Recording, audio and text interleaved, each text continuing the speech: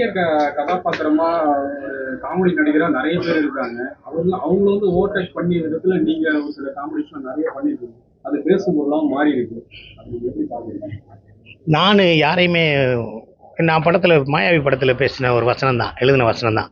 நான் யாருக்கும் போட்டி கிடையாது, எனக்கு யாரும் போட்டி கிடையாது. ஓகேவா? என்னை பார்த்து ஒரு மிகப்பெரிய நகைச்சுவை நடிகரோட பையனே சொல்லியிருக்காரு, உங்களுக்கு டிஎஸ் பாலையாவோட அப்பாவோட அருள் உனக்கு ரொம்ப இருக்குடா, டிஎஸ் பாலையா மாதிரியே நிறையா பண்ணுறடா, அதை நீ வந்து வச்சுக்கிறேன். ஒரு சாதாரண மனிதரை சொல்ல, மிகப்பெரிய ஆளுமை மிக்க ஒரு நடிகரை தான் எனக்கு வந்து சொல்லியிருக்காங்க. ஸோ எனக்கு வந்ததை நான் சிறப்பாக செஞ்சாலே போதும். நான் யார் அவங்களும் எனக்கு போட்டியாக நினைக்கிறதில்ல, எனக்கு போட்டியாக அவங்கள யாரும் நினைக்கிறதில்ல. நம்மளுக்குன்னு ஒரு சின்ன பார்ட் இருக்குதுல்ல, ஒரு 12 ரீல்னா நம்மளுக்கு ஒரு 1.5 ரீல் இருக்கும், இல்லாட்டி ஒரு ரீல் இருக்கும்.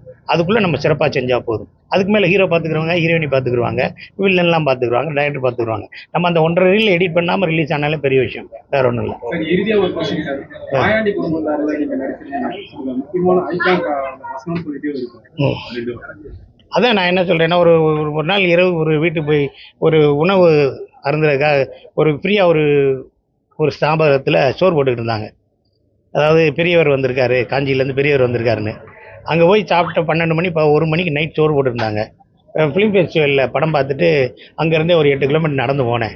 அது ஃப்ரீயாக சோறு போட்டுக்கிருக்காங்களே, போய் சாப்பிட்லாமான்னாங்க. ஆனால் அங்கே போய் சாப்பிட்ணும்னா சட்டையை கழட்டி போட்டு தான் சாப்பிட்ணும்னாங்க. எனக்கு பசி, சட்டையும் தெரியாது பேண்ட்டும் தெரியாது. சட்டையை கழட்டி போட்டு உட்காந்து சாப்பிட்டேன். சாப்பிட்டோடனே ஒரு தடவை குழம்பு ஊற்றுனாங்க, இன்னொரு தடவை ரசம் ஊற்றுமானேன், இல்லை குழம்பே ஊற்றுங்கன்னேன். அப்புறம் ரசம் ஊற்றுனாங்க, இன்னொரு தடவை ரசம் வாங்கினேன், இன்னொரு தடவை 2 தடவை சாப்பிட்டேன். ஸோ அதை நண்பர்கள்கிட்ட சொன்னேன், பிடிச்சிருந்துச்சி. அதவே என் நண்பன் ராஜ்மோகன்கிட்ட சொன்னேன், நீ எனக்கு எப்படா சாப்பிட்டேன்னா, சோறு குழம்பு ரசம் சாப்பிட்டேன்னு. அதை வச்சான் தமிழ்நாடே சாப்பிட்டுக்கிட்டு நல்லா சாப்பிட்டேன். விஜயோட அரசியல் வருகிறனால தமிழ் சினிமாவில் பெரிய கேப் இருக்காங்க. ஒரு மிக உச்ச நடிகர் அவர் சினிமா அரசியல் வருகிறனால சினிமாவில் பெரிய கேப். அதெல்லாம் எதுவுமே கிடையாது. யார் இருந்தாலும் இல்லாட்டியும் சினிமா போயிட்டே இருக்கும். சினிமாங்கிறது வேற. சினிமாங்கிறது வந்து சினிமாவை யாரும் ஜெயிச்சேன்னு சொன்னாங்கன்னா அவங்க வந்து இன்னும் சரியாக படிக்கல, புரியலைன்னு அர்த்தம். சினிமாவை வச்சு நம்ம ஜெயிச்சுக்கிற வேண்டியது.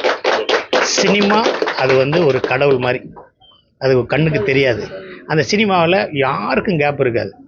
நான் போயிட்டேன் இன்னொருத்தர், அவர் போயிட்டாருன்னா இன்னொருத்தர் வந்துக்கிட்டே இருப்பாங்க. ஓகேவா? அதனால் எல்லாருக்கும் வாழ்த்துக்கள்.